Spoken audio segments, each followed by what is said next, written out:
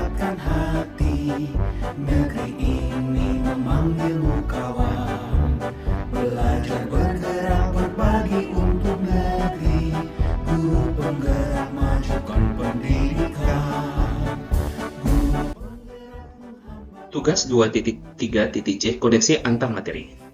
Coaching untuk supervisi akademik. Modul 2.3. Saya Parulian Simanjuntak, calon guru penggerak Angkatan 10, Kabupaten Kuantan Singingi, Provinsi Riau.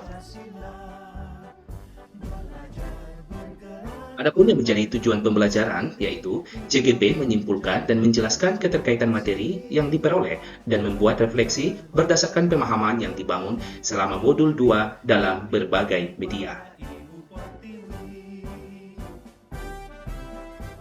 Pertanyaan A. Pemikiran reflektif terkait pengalaman belajar.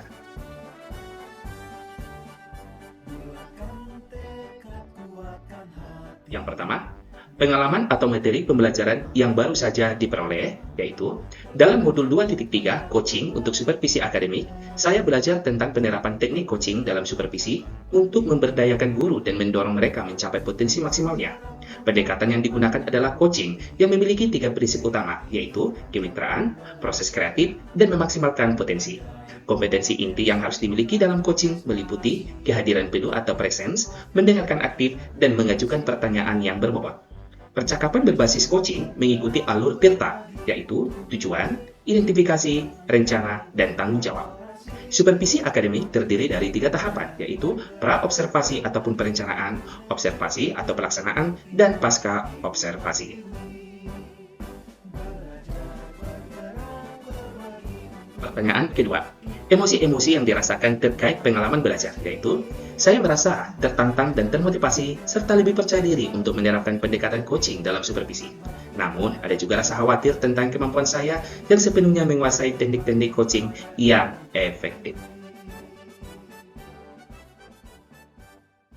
Pertanyaan ketiga, apa yang sudah baik berkaitan dengan keterlibatan dirinya dalam proses belajar? Nah, saya telah berhasil menerapkan beberapa teknik coaching saat mempraktikannya dalam ruang kolaborasi bersama teman kelompok dalam ruang kolaborasi maupun demonstrasi kontekstual dengan menggunakan alur TIRTA dan prinsip coaching. Baik saat saya berperan sebagai coach maupun pengamat atau observer. Pertanyaan keempat. Apa yang perlu diperbaiki terkait dengan keterlibatan dirinya dalam proses? Nah, saya perlu meningkatkan kemampuan saya dalam merancang sesi coaching yang terstruktur dan fokus sesuai alur TIRTA. Terkadang saya merasa percakapan coaching belum sampai kepada kedalaman yang diharapkan.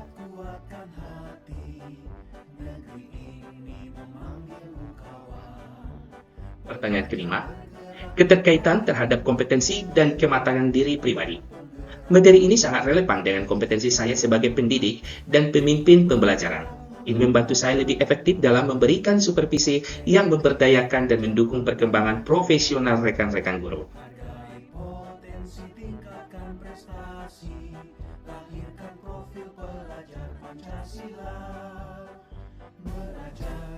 Bagian B.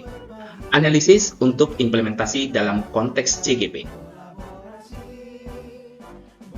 Pertanyaan pertama, memunculkan pertanyaan kritis yang berhubungan dengan konsep materi dan menggalinya lebih jauh. Nah, seperti ini pertanyaannya. Bagaimana cara terbaik untuk mengintegrasikan teknik coaching ke dalam rutinitas supervisi akademik yang sudah ada? Nah, cara terbaik untuk mengintegrasikan teknik coaching ke dalam rutinitas supervisi akademik yang sudah ada adalah dengan menggunakan alur TIRTA dalam setiap sisinya. Mulai dengan percakapan pra-observasi untuk menetapkan tujuan. Lakukan observasi dengan pendekatan non-judgmental dan akhiri dengan pasca observasi untuk refleksi serta perencanaan tindakan perbaikan konsistensi dan keterlibatan guru di setiap tahap akan meningkatkan efektivitas supervisi. Pertanyaan kedua, mengolah materi yang diperoleh dengan pemikiran pribadi sehingga tergali wawasan atau insight baru. Yaitu, saya mencoba mengolah materi yang sudah dipelajari dengan menyesuaikan dengan konteks sekolah saya. Misalnya menggunakan sesi coaching singkat yang fokus pada tujuan spesifik yang ingin dicapai oleh guru. Pertanyaan ketiga, menganalisis tentang yang sesuai dengan konteks asal CGP baik tingkat sekolah maupun daerah. Tantangan terbesar adalah waktu yang terbatas dan beban kerja yang tinggi yang bisa menghambat pelaksanaan coaching secara rutin. Selain itu, ada juga tantangan dalam memastikan semua guru terbuka dan siap menerima pendekatan coaching.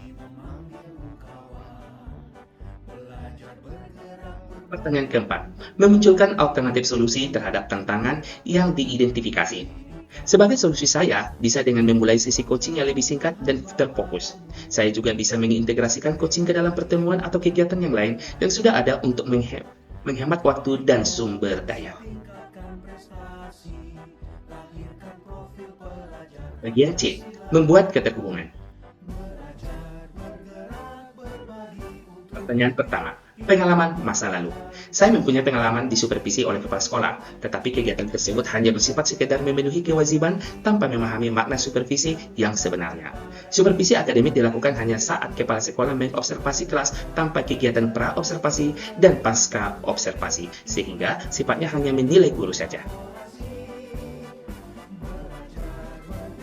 Pertanyaan kedua, penerapan di masa mendatang. Harapan penerapan supervisi akademik di masa mendatang adalah agar proses ini dilakukan secara menyeluruh dan berkesinambungan. Ini merupakan tahap pra-observasi, observasi, dan pasca-observasi. Dengan pendekatan coaching yang terfokus pada kemitraan, proses kreatif, dan memaksimalkan potensi, diharapkan supervisi dapat memberikan dampak positif yang nyata bagi pengembangan kompetensi guru. Melalui supervisi yang bermakna, guru akan mendapatkan umpan balik yang konstruktif dan relevan sehingga dapat terus meningkatkan kualitas pembelajaran yang berpihak pada murid.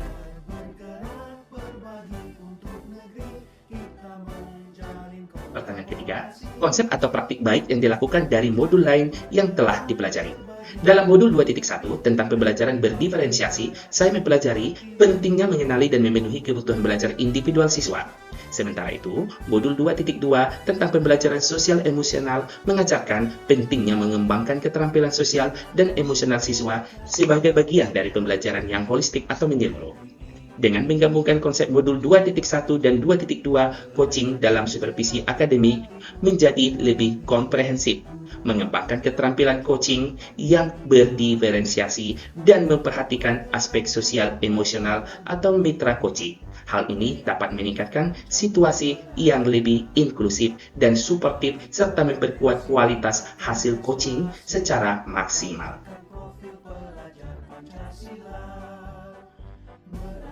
Pertanyaan keempat, informasi yang didapat dari orang atau sumber lain di luar bahan ajar PGP, yaitu saya juga banyak mendapat wawasan dari hasil diskusi dari rekan-rekan dan literatur tentang coaching yang memberikan perspektif tambahan tentang bagaimana mengatasi tantangan dalam supervisi akademik.